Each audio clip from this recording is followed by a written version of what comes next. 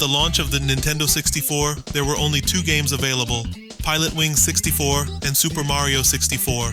In order for us to be able to play both games, my friend and I decided to make a deal. I would get Pilot Wings 64, and he would get Super Mario 64. We played a lot of Super Mario 64 together, and he let me borrow his cartridge, but since the game I got was Pilot Wings 64, I ended up playing that game a lot more. Of course, Pilot Wings 64 is a great game, but I still wish the game I got was Super Mario 64. I would have gotten a lot more playtime out of my Nintendo 64 if I had Mario 64. I still managed to finish it a couple of times by borrowing my friend's copy, but I don't think I ever got all 120 stars. As a gamer and a Nintendo fan, I feel that this is something I have to accomplish at least once in my life, and I thought that now was the right time to do it. In this video, I will review Super Mario 64 while sharing all the cool little details that I noticed on my journey to get all 120 stars. You will see that in most of the screenshots I already have all the stars. This is because I wanted to focus on taking notes and analyzing the game during my playthrough, and I didn't want to be distracted by trying to get cool screenshots from the best angles. I went back after my playthrough to take these screenshots. Well, without further ado, let's get started. When you turn on the Nintendo 64, you are greeted by a big face of Mario. You can stretch his face any way you want. Some people came up with some pretty crazy faces. This is kind of a mini game in itself. Since there is nothing else on this screen, this allows Mario's face to have a pretty high polygon count for a Nintendo 64 game. This level of 3D detail was quite impressive at the time. When I got tired of messing with Mario's face, I decided to start a new game. The first thing I noticed is how colorful this game is. All the colors are extremely saturated. The grass is so green it almost hurts your retinas. After playing so many dark and serious games, it feels good to play a bright and colorful game like Super Mario 64 once in a while. But as we'll see in this video, Mario 64 also has a dark side. The camera panning around at the beginning gives you a nice view of the beautiful castle and its surroundings. Mario has been invited to the castle by Peach to eat a cake she has baked. Therefore, you start the game in front of the castle. After the little intro, I appreciate the fact that they give you the freedom to walk around and explore. In this first area of the game, there is no music at all. You can only hear the sound of waterfalls, the chirping of birds, and the sound of cicadas. This gives the game an amazing atmosphere, but also a sense of mystery. It gives you the feeling that something will happen when you enter the castle. And to add to that sense of mystery, you can see things you can't yet access. For example, there is an underwater door and a pit that is blocked by some kind of grate. This area without music also allows you to appreciate the amazing sound design of Super Mario 64. For example, the closer you get to the waterfall, the louder it gets. In addition to the sound design, there are some other cool details that add to the atmosphere. For example, there are birds hidden in the trees. When you get closer to these trees, the birds start flying away. There are also butterflies flying around. This place has so much soul. I could spend hours hanging out in the park, climbing trees and swimming in the water. But let's not forget the castle. It has such a classic design. No wonder the exact same model was used in Mario Kart 64. With its gray brick walls and tile roof, it's kind of a cross between medieval and more contemporary styles. I never noticed before, but the windows have the shape of a mushroom. I also wonder if the red and white flags mean anything. We see these colors a lot in Mario games, so my guess is that they must be the official colors of the Mushroom Kingdom. And what about the giant stained glass window of Princess Peach? I wonder if there's a meaning behind it. I guess we'll figure that out soon as well. Anyway, I spent enough time admiring all the cool little details of this castle. It's time to step inside and see what's waiting for us. As soon as you enter the castle, you realize that something is wrong. There is a transparent toad right next to you. Is this toad a ghost that haunts this castle? I guess we'll find out soon. When you talk to him, he tells you that the princess and everyone else are trapped inside the castle walls. I also learned that I need to recover the power stars to open the doors that Bowser has sealed. The room with the painting of Bob-omb is the only one Bowser hasn't sealed, so I have to look for stars there first. When you finish talking to Toad, he becomes transparent again. So I guess I was just talking to his spirit, and his body must be stuck in a wall too. He must be a special Toad with telepathic powers. When you think about it, being stuck in walls is a pretty nightmarish scenario. Did the people at Nintendo watch some gangster movies before making this game? If you dig deeper into the lore of Nintendo games, you'll often find such dark themes. For example, in the very first Super Mario Bros., everyone was turned into bricks. So maybe the bricks we destroyed throughout the game were actually people. So I guess people being stuck in walls in 64 is a throwback to people being turned into bricks in SMB1. That's a pretty deep cut right there. Well, I hope this time around we won't have to break any walls. As you might have guessed, the one responsible for people getting stuck in walls is none other than Bowser. Inside the castle there were once magic stars called Power Stars. Bowser stole these stars and used their power to create worlds within the paintings and walls of the castle. I'm a little relieved to hear that, because being stuck in worlds sounds a lot nicer than being stuck in concrete. This also explains why the walls of the entrance hall are painted with a sky and mountains. They emanate the worlds contained within them. At first I thought the entrance hall was used as a nursery or something, which doesn't sound as cool. Oddly enough, the sun is on the ground instead of on the ceiling. Could this mean that this room is upside down? Later in the game, there's a light coming from the ceiling that illuminates the sun on the ground. Or is it the other way around? If you stand on the sun and look at the ceiling, you will be warped to a secret stage called the Wing Cap course. The purpose of this stage is to teach you how to fly. In Super Mario 64, you can use different abilities by wearing different caps. As you might expect, the Wing Cap allows you to fly.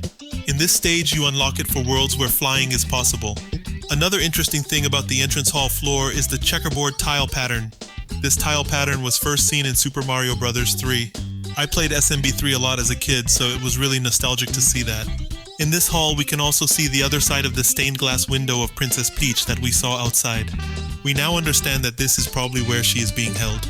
It is really cool that some elements of the story are hinted at in the environment instead of just being revealed through text. A lot of the elements in the environment were put there on purpose rather than just randomly. It also makes me wonder if Princess Peach's stained glass window was there before Bowser attacked. If so, is she some kind of deity? In my mind, we usually see people in stained glass windows in churches, but it could be a monarchy thing as well. You get stars by exploring stages that are contained inside paintings. As you collect stars, you will unlock different parts of the castle. This is how you progress through the game. After you get your very first star, there's a room you can unlock on the second floor of the entrance hall. This is a room with stained glasses of Princess Peach and a message from her. Since her soul is stuck in the wall, it's as if she used her willpower to change the appearance of this room so that she could communicate with Mario.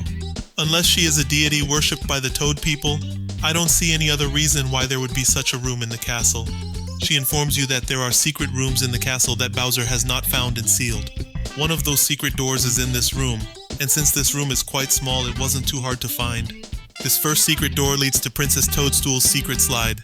It's a fun little mini game where you have to slide all the way down to the end of the slide while trying not to fall off the edge into an endless pit. Super Mario 64 is full of fun mini games like this.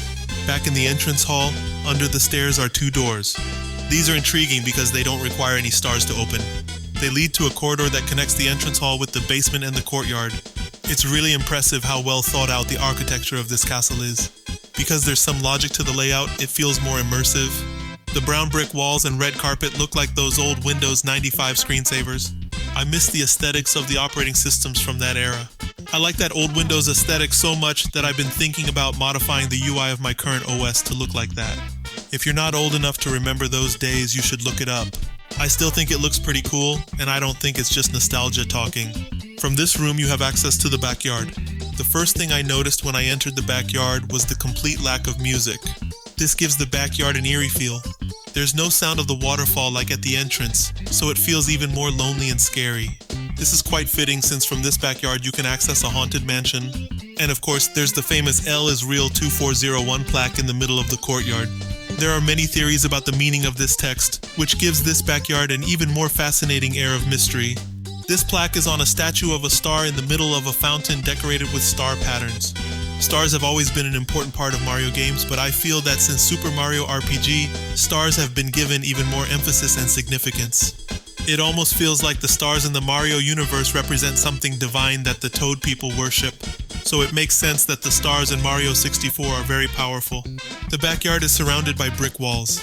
On the other side of the walls, you can see some hills.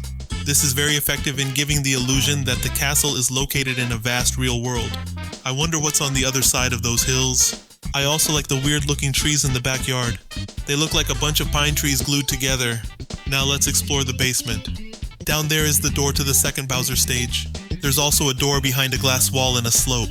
You have to make a tricky jump to reach the door. It kind of feels like you're not supposed to go there yet. Here you can press a switch to drain the water outside. This gives you access to a new passage. I really like that they give you an incentive to revisit earlier parts of the game. This passage leads to a stage that unlocks the Vanish Cap. This cap makes you transparent and allows you to walk through some walls. At the end of the stage, there's a fence with a red coin on the other side, and the only way to get the red coin is to use the vanishing cap ability. Besides the fact that this fence added a pretty cool aesthetic to the stage, I thought it was a pretty good way to introduce the player to a new gameplay mechanic. In the basement, there's also a yellow rabbit jumping around. It doesn't really fit well in the Mario universe. Maybe he's not from the Mushroom Kingdom. If you catch him, he'll give you a star. He's in a hurry because he doesn't want to be late for a date. I wonder who he has a date with. Is there another rabbit in the castle that hasn't been discovered yet? There's zero chance of it happening, but it would be so cool if someone found a secret rabbit somewhere in the castle 30 years after the game came out. Now it's time to make our way up into the castle and get closer and closer to the end of the game. On the third floor, the sky is painted on the walls. It's a way of showing you that you're getting higher and higher in the castle. There's a sign telling you to walk quietly, so I guess this used to be a museum before Bowser took over. There's a painting that feels like another gate to a stage, but you can't jump in. It looks very mysterious with the clouds and the stars. At first I thought it might have been a stage that was cancelled due to time constraints or something. But it turns out that on the floor above this floor, this picture is used as the pattern for the wallpaper. So I guess this picture is there to give you a hint of what's to come. On this floor there's a toad that tells you that there is no presence of Bowser here. Perhaps this means that the more stars you get, the less powerful Bowser becomes. He also tells you that the more stars you collect, the more energy the castle recovers. Does that mean the castle is some kind of living entity? This would mean that not only the toads, but also the castle itself is trying to help you and give you clues by changing its structure and the appearance of its walls. Now let's go to the fourth floor, the last floor before the final boss. The sky is still depicted on the walls, but now you are above the clouds and can see the stars. You are so high in the sky that you feel like you are almost in space. It makes you feel like you've come a long way and you're getting really close to the end of the game. Also on this floor is a clock inside a huge tree. I wonder if this is a depiction of the Tree of Life that we often see in JRPGs. It is a symbol used in several religious traditions. It would be fitting since the sky often represents heaven. Also, since this tree is connected to the wall, it can also represent a physical manifestation of all the life trapped within the walls of the castle. Nevertheless, this is a pretty cool looking tree. And to continue with the sky theme, there is a bonus level on the left side of the room where you have to get red coins on clouds. It reminds me of the cloud special stages in the original Super Mario Bros. This covers pretty much every part of the castle. The rooms containing the stage entrances will be covered later in this video. As we saw, the environments of Super Mario 64 have a kind of nostalgic and cozy feel to them, but at the same time they're a bit creepy and mysterious. They have sometimes been compared to liminal spaces. I can certainly understand why. Also, the extremely low poly environments surrounded by a low-res skybox give it an even more surreal feel. I really like that kind of Nintendo 64 aesthetic, and I think it's part of the charm of Super Mario 64. This game has such a nice atmosphere that I could boot up the game just to hang out and chill in it for a while. I really enjoy immersing myself in the universe of this game. But how does it feel to navigate your way through this amazing universe? How are the controls? Well, considering how old this third-person 3D game is, the controls feel really good. Even though it had been a few years since I had last played Mario 64, I immediately got the hang of the controls and they felt natural. There are a wide variety of moves and jumps that Mario can do. For example, if you perform 3 consecutive jumps with the right timing, your third jump will be much higher. Pulling off that third super high jump is very satisfying. If you press the Z trigger just before jumping, you can perform a long jump. Not only does this jump allow you to reach faraway platforms, but it is also the fastest way to get from one place to another. It's even faster than running. With the right timing, you can also jump on walls. All of these jumps allow you to reach places that are inaccessible with normal jumps.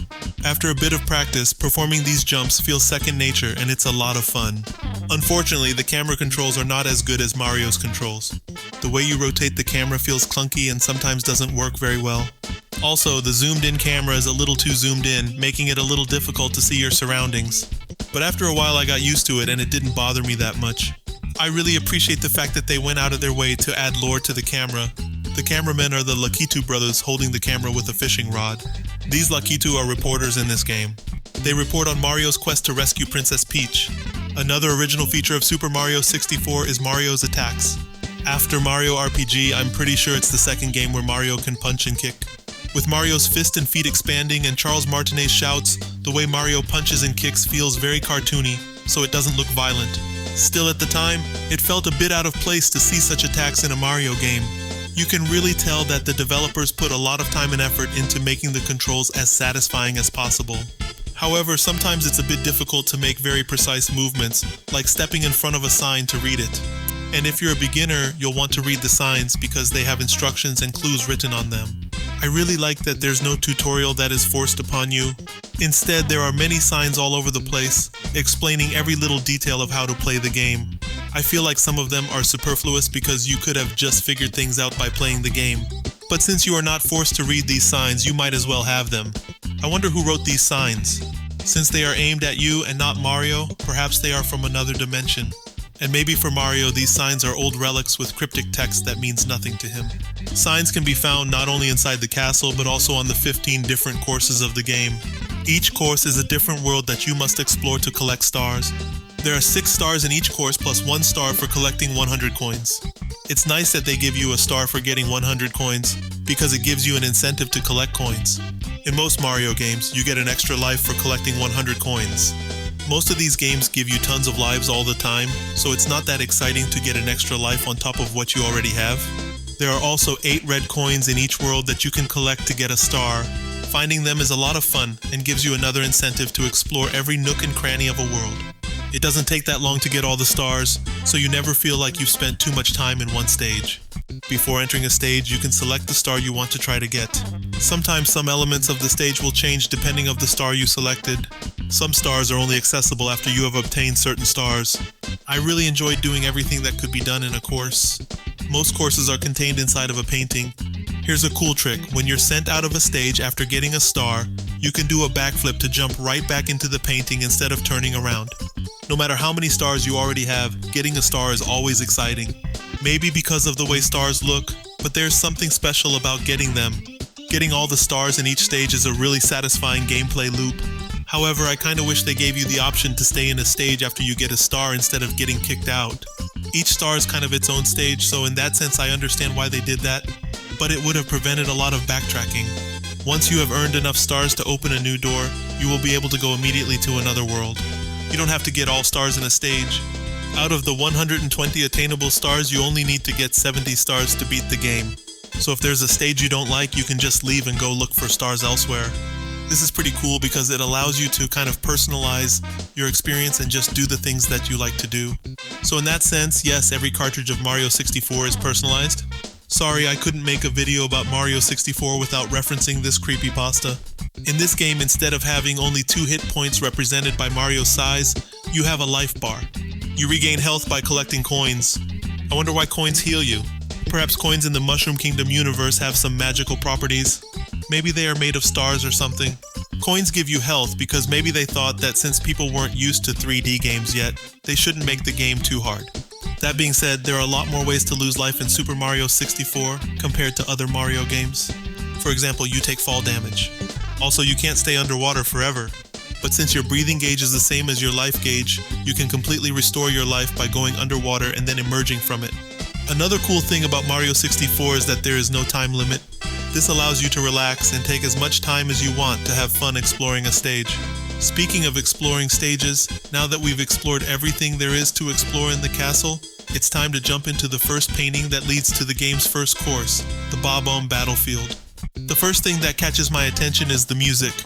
It brings back so many memories. This music is so joyful and so uplifting. I wonder how much nostalgia has to do with my love for the Super Mario 64 soundtrack. It makes me wonder if someone playing Mario 64 for the first time today would love the music as much as I do. Anyway, when you enter the stage, you are thrown into the middle of a battlefield. Well, except for the cannons and the barbed wire, this doesn't look like much of a battlefield. It's way too bright and colorful. And since the main goal of this world is to teach you the basics of the game, it's a pretty easy stage. It's not a very threatening battlefield. Actually, I wouldn't have guessed that this is a battlefield if I hadn't talked to the Bob-ombs. The pink Bob-ombs are at war with the black Bob-ombs. This war began when the big Bob-omb got his hands on a power star. With this new power in his hands, he wanted to rule everything. As you can guess, the pink Bob-ombs are your allies and you can talk to them. They mostly teach you how the controls work. In each course, you can use the cannon to travel faster or to reach places that are inaccessible on foot. There are a lot of coins in this course that you can only get with the cannon, so you will have to use the cannon a lot if you want to get the 100 coin star. This makes the 100 coin star of this stage one of the most time-consuming in the game, as you will have to use the cannon several times to get coins. But when I say time-consuming, I mean about 20 minutes. This is not an RPG where you sometimes have to grind for hours to get a level or something like that. And then, since these coins are probably the last coins you'll get in the stage, the star will appear in the sky. Therefore, you have to use the cannon again to pick up the star in the sky. After all that, you'll be pretty good at aiming a cannon. There are also enemies that can use cannons as well. However, they use the cannons to throw water at you instead. Getting splashed by those cannons out of nowhere can get annoying after a while. But before we get 100 coins, we should try to get the first star that the game suggests us to get. Defeat the big Bob-omb at the top of the stage. It starts right off with a boss fight. The game really starts off with a bang, no pun intended. You still have to get to him at the top of the hill. This gives you a chance to explore the stage and get used to the controls. Of course, you don't have to get the stars in any particular order, so if you see another star that you can get while exploring the stage, you can pick it up immediately. It might feel a bit daunting to have to fight a boss right at the beginning of the game, but this is a really easy boss, so there is nothing to worry about. I think it's really cool that there are things that change after you beat King Bob-omb. For example, there's a Koopa named Koopa the Quick who heard that you defeated King Bob-omb, so he wants to challenge you to a race. I'm pretty sure I've done everything there is to do in Bob-omb Battlefield, so it's time to explore another level. All the courses are numbered, so I decided to play them in the order of that number. Course 2 is Whomp's Fortress, so that's where we'll go next. The room with the painting leading to this world is in a room similar to the one leading to the Bob-omb Battlefield. There's a sign telling you that sometimes you might hit invincible walls. It's funny that the games have to tell you this, but if you think about it, there weren't that many 3D games when Super Mario 64 came out, so invisible walls weren't a thing yet in the zeitgeist of gaming. There's also a toad that gives information about the stars. I still find it creepy that he's transparent and you're just talking to his spirit or his ghost. Anyway, let's jump into the painting. This course is a fortress on an island floating in the sky. This is a pretty cool setting. When you enter the stage, you enter a small area next to a huge brick wall. This is another example of an environment in a Mario game that creates a really nice atmosphere that makes you want to hang out in it. On top of that, there's a piranha plant that sleeps here, making it even more relaxing. I think Whomp's Fortress has a lot more coins than Bob-omb Battlefield. Getting all 100 coins was pretty easy. This is the first star I got in this stage. This stage has a lot of platforming, but it's not too bad because if you miss a jump, most of the time it'll only lead to some backtracking and you won't lose a life. And with rotating and moving platforms, the platforming is pretty fun. Just like in Bob-omb Battlefield, there's a boss at the very top of the stage. Being a big block of concrete, he seems to be angry that people keep walking over him. He wishes people would be more grateful to concrete, and after you defeat him, there is a tower where he used to be. Maybe his body was used to build this tower. The very thing he was lamenting about happened to him. When you think about it, that's pretty deep. Super Mario 64 is full of dark stuff like that.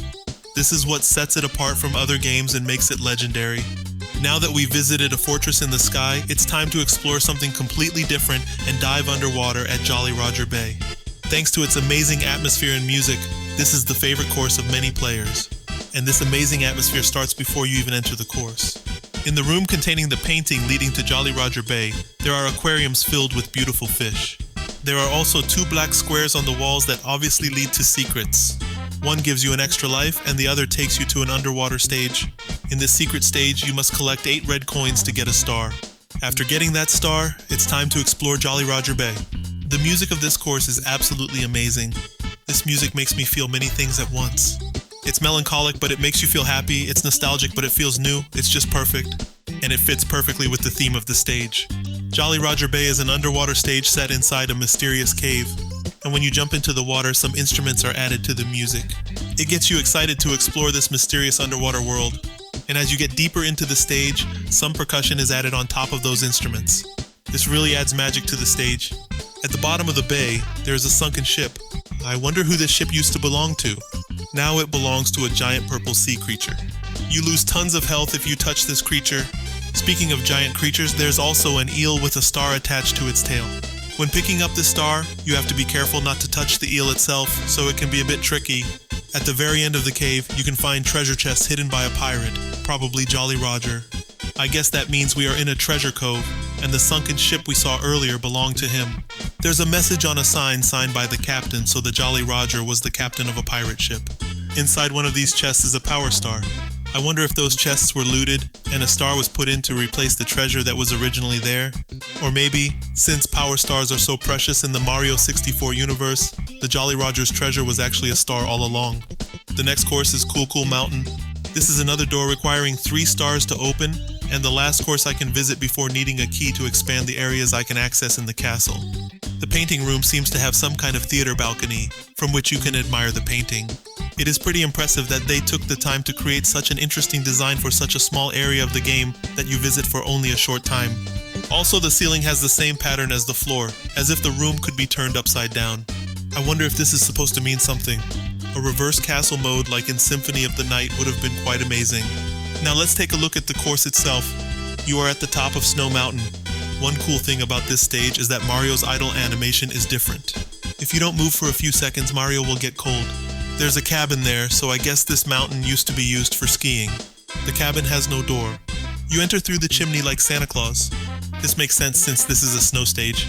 From this you can guess that this is not an ordinary cabin. There's a message from the cabin owner on a sign in front of the cabin. I wonder who the owner is. Maybe one of the ice climbers? I also appreciate the high level of detail of the cabin. The roof even has icicles. It also has fences really close to it.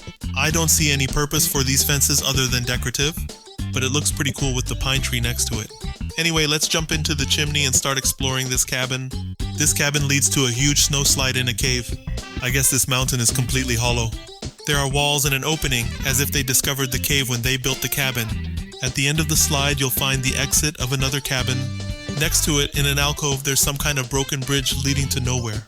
This is where I realized that this stage is also a floating island. There are a lot of bridges in this stage, so it looks more like a mining mountain than a ski mountain, or maybe both. There is nothing stopping anyone from going skiing after a shift at the mine.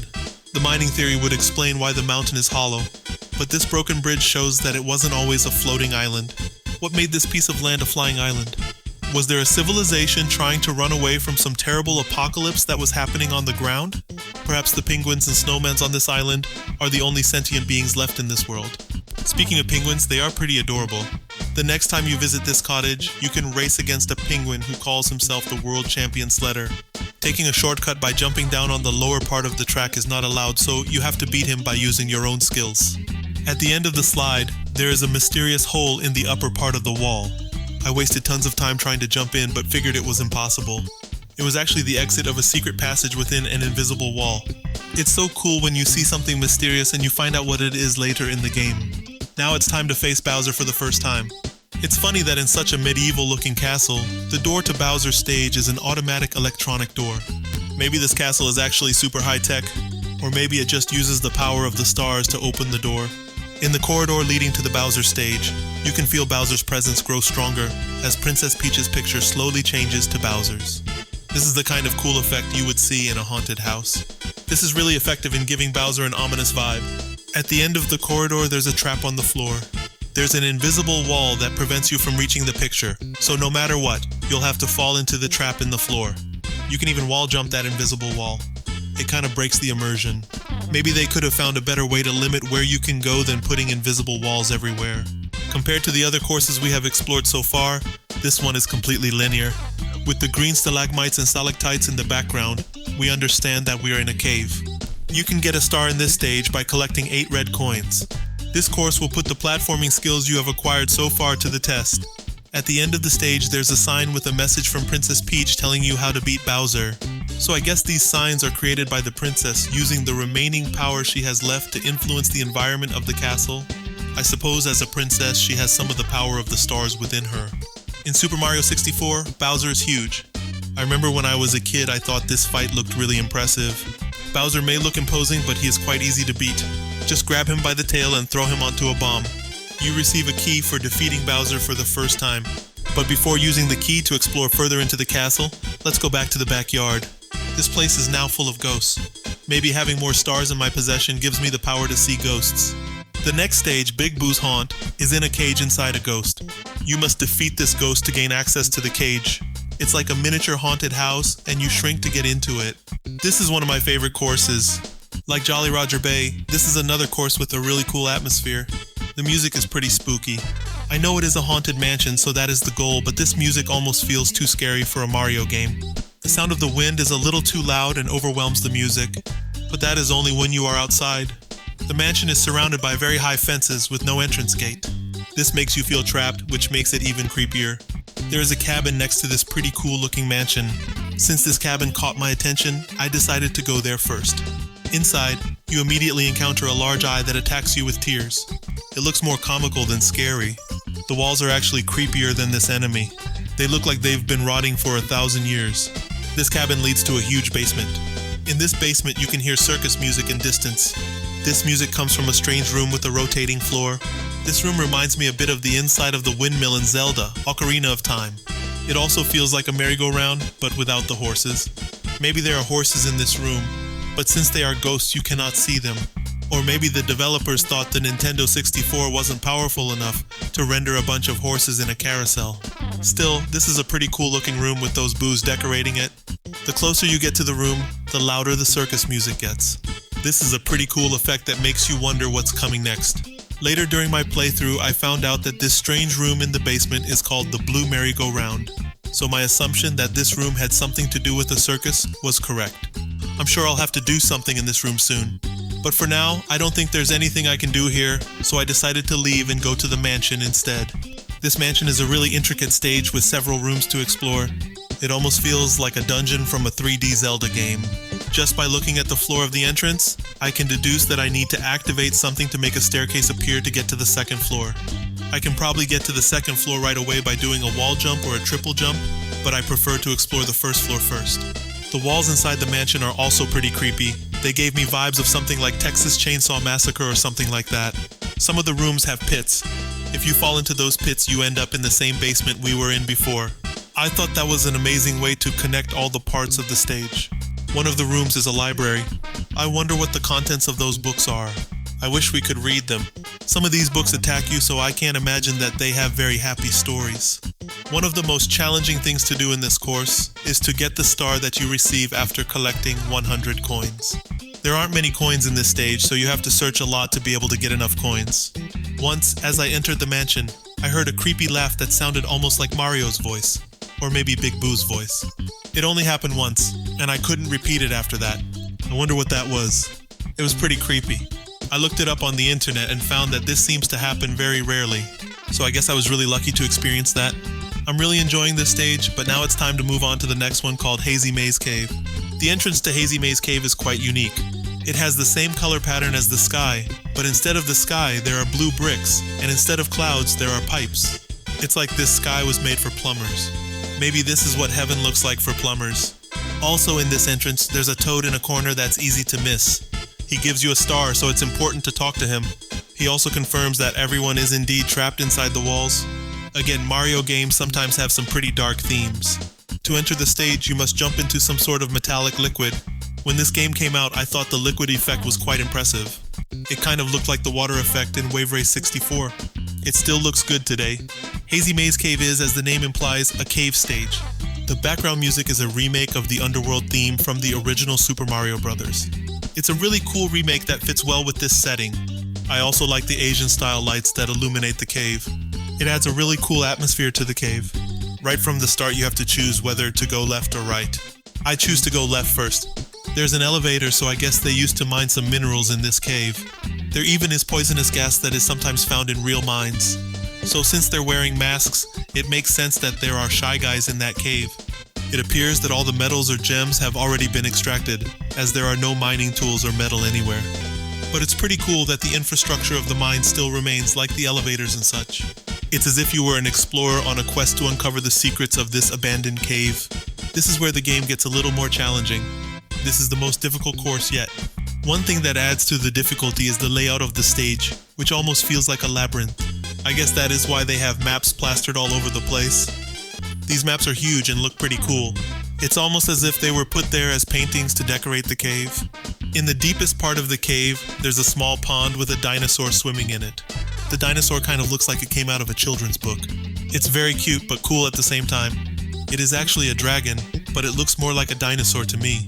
This is also in this course where you unlock the metal cap. The metal cap allows you to turn into metal, making you invincible and much heavier. So I guess the purplish metal that you jump into at the entrance of the stage foreshadows Metal Mario. If that's what was intended, that's pretty cool. There's also a waterfall where we get the metal cap. You can go through the waterfall to get outside of the castle on the other side of the waterfall. It's pretty cool that everything is interconnected. It makes the castle feel more real and cohesive. Now let's head over to Lethal Lava Land, the stage right next to Hazy Maze Cave. This stage feels more like a Bowser-style stage. It looks like the kind of zone you see in the last few levels of a Mario game. So this indicates that we are well advanced in the game and things are starting to get serious. At first I was a little disappointed because I thought this whole stage was just one flat plane inside a skybox. It's like a big sandbox-style playground filled with fun things to do. I told myself I shouldn't expect too much from such an old game, but then I realized that this is only the first part of the course. You can also go inside the volcano in the middle of the stage, which leads to a whole new area to explore. The interior of the volcano looks really nice with the lava drifting on the walls and such. I think the inside of the volcano is the most beautiful part of the stage. It almost feels like it could be an Ocarina of Time dungeon. Even getting the star at the end of the volcano felt like I was getting a Triforce from Zelda. There are stone structures inside the volcano. I wonder what kind of ancient civilization those are from. The 8th stage, Shifting Sandland, can be reached by jumping into a wall, so I guess this can be considered a secret stage. However, this wall is the end of a corridor, so this course is quite easy to find. Like the last course, the first part of this course is a flat plain surrounded by a skybox, but this time it is a desert-themed stage. This is another course that is much bigger than it initially looks because you can enter the pyramid in the middle, and as we see in many video games, the inside of the pyramid is much bigger than what it looks from the outside. Perhaps most of the pyramid is underground. In one corner of the stage is an oasis with a small palm tree. This is my favorite place on the course. It looks really nice and makes you want to just relax there instead of playing the game. It's interesting to note that the first Mario game to feature an Egypt-themed stage was Super Mario Bros. 2, a game that wasn't even a Mario game at first. But everyone knows about Doki Doki Panic by now. In this stage, there is a bird that can steal your cap. Getting your cap stolen is pretty annoying, and this bird is invincible, you cannot defeat it. The pyramid section of the stage has a really cool atmosphere. I like the sound of the falling sand blending with the traditional Mario Underground level music. This stage has real polygonal stairs instead of the flat stair texture on a slope that you usually see in games of that era. This may sound weird to people born after the 90s, but when I first saw those stairs as a kid, I remember being impressed by all those polygons. Using so many polygons for something as trivial as a staircase was quite impressive.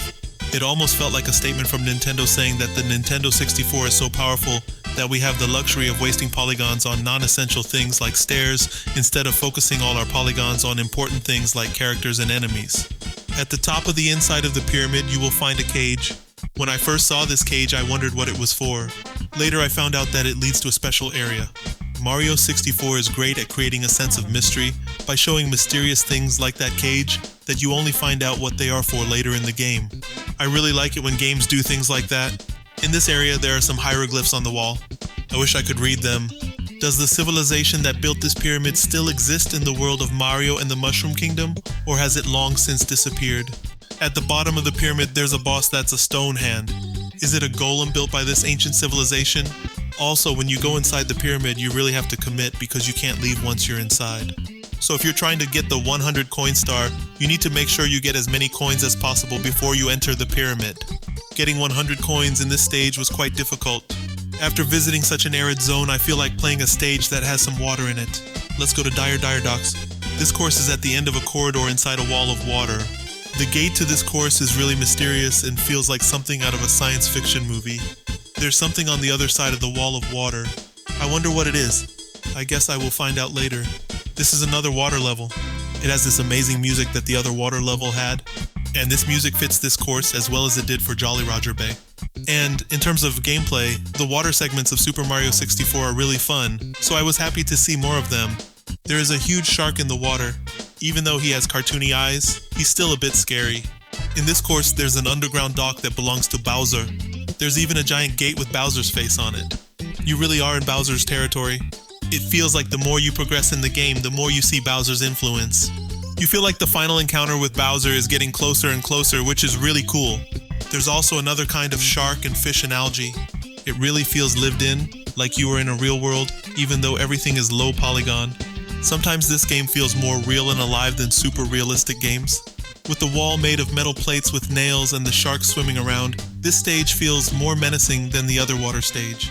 The metal walls almost give the stage a horror movie or gothic style that looks pretty cool. This underground dock is filled with details and has a huge submarine in the center. It has details to the point that this is the only place in the game so far that I encountered quite a big frame rate drop.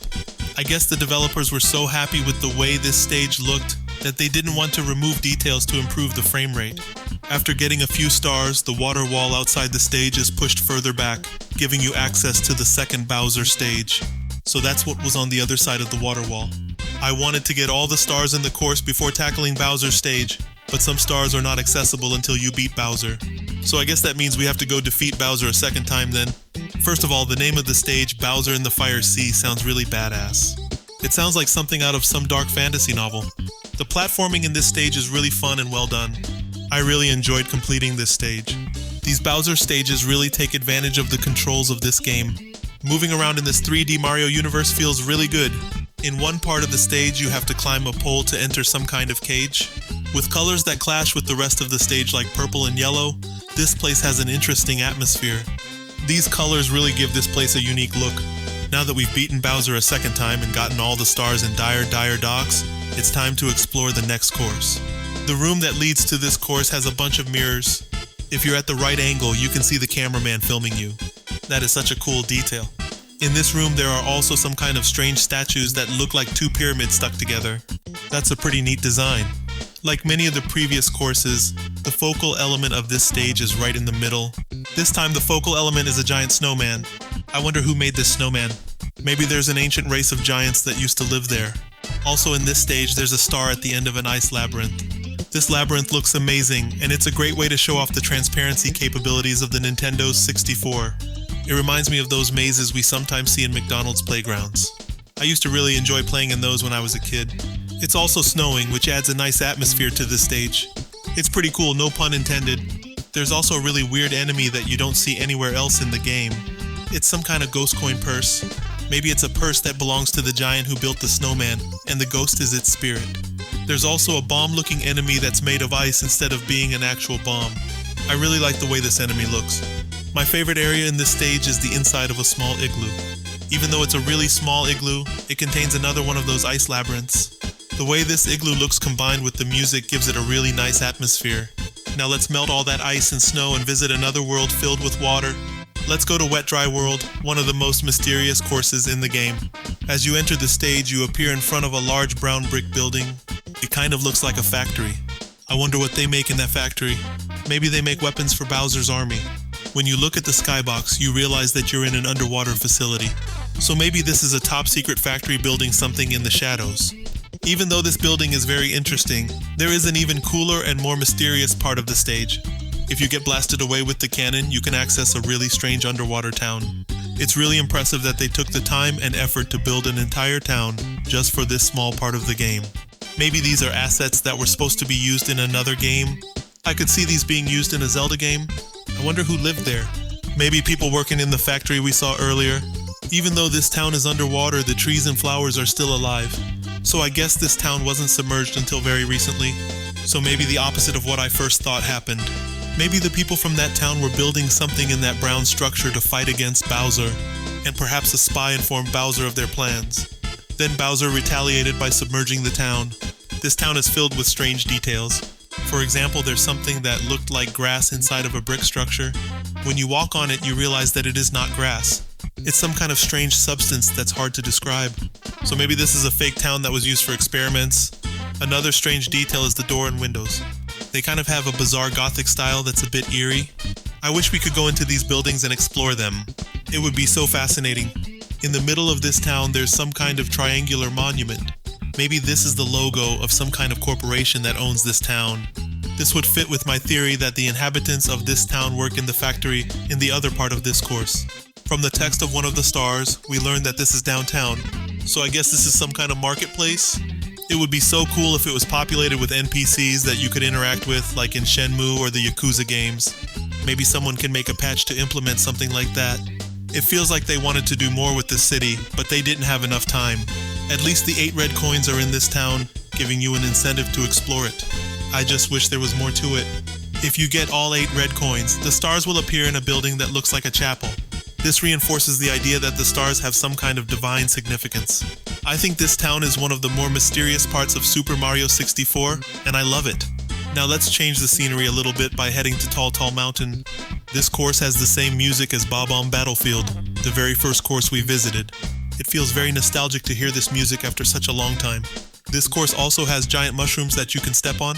These were first seen in Super Mario Bros. Since I played a lot of the first Super Mario Bros. As a kid, seeing this felt very nostalgic to me.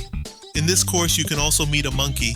Even though there are monkeys in the game Yoshi's Island, like the yellow rabbit, they feel like stock assets that came with the 3D software they used to make this game. But it's still a cool character nonetheless. However, you must be careful not to let him steal your hat. When this happens, it is quite annoying. And like the rabbit, you have to catch the monkey. That part was annoying too. Come to think of it, I don't like that monkey that much. As the name suggests, this is a mountain stage. Getting to the top of the mountain takes quite a while. I think this is the stage that goes the highest so far. You get so high that you can even see cloud enemies. The face of the clouds looks a bit spooky, at least spookier than the ones in Super Mario Bros. There are vines that feel like they can be climbed, like in Ocarina of Time, to get to the top faster, but it doesn't work. The next course is located in a pretty cool room. At the end of 3 corridors is a painting. One of the corridors has nothing special about it. The left corridor gets smaller and smaller, and at the end there's a really small painting. The right corridor is the opposite. The tiny and the huge paintings are the ones you can enter to access the course. This fits with the theme of this course. In Tiny Huge Island, there is a tiny and a huge version of the island you're on. When entering the course from the huge painting, you immediately face 3 huge Goombas, making you understand that you are in the huge version of the island. It's funny because even though they're huge, these Goombas are just as weak as normal ones. However, you cannot defeat them by punching them. This is another part of Super Mario 64 that evokes nostalgia in me because it reminds me of Giant Land, the 4th world of Super Mario Bros. 3. I really like the way this first part of the course looks. I don't know how to put it into words, but the green grass and the rock wall give this first part of the course a really nice atmosphere. There are even fences, which makes me presume that this is some kind of park for the Goombas to chill in. And on this huge wall, there's a tiny hole that you can go through like a mouse.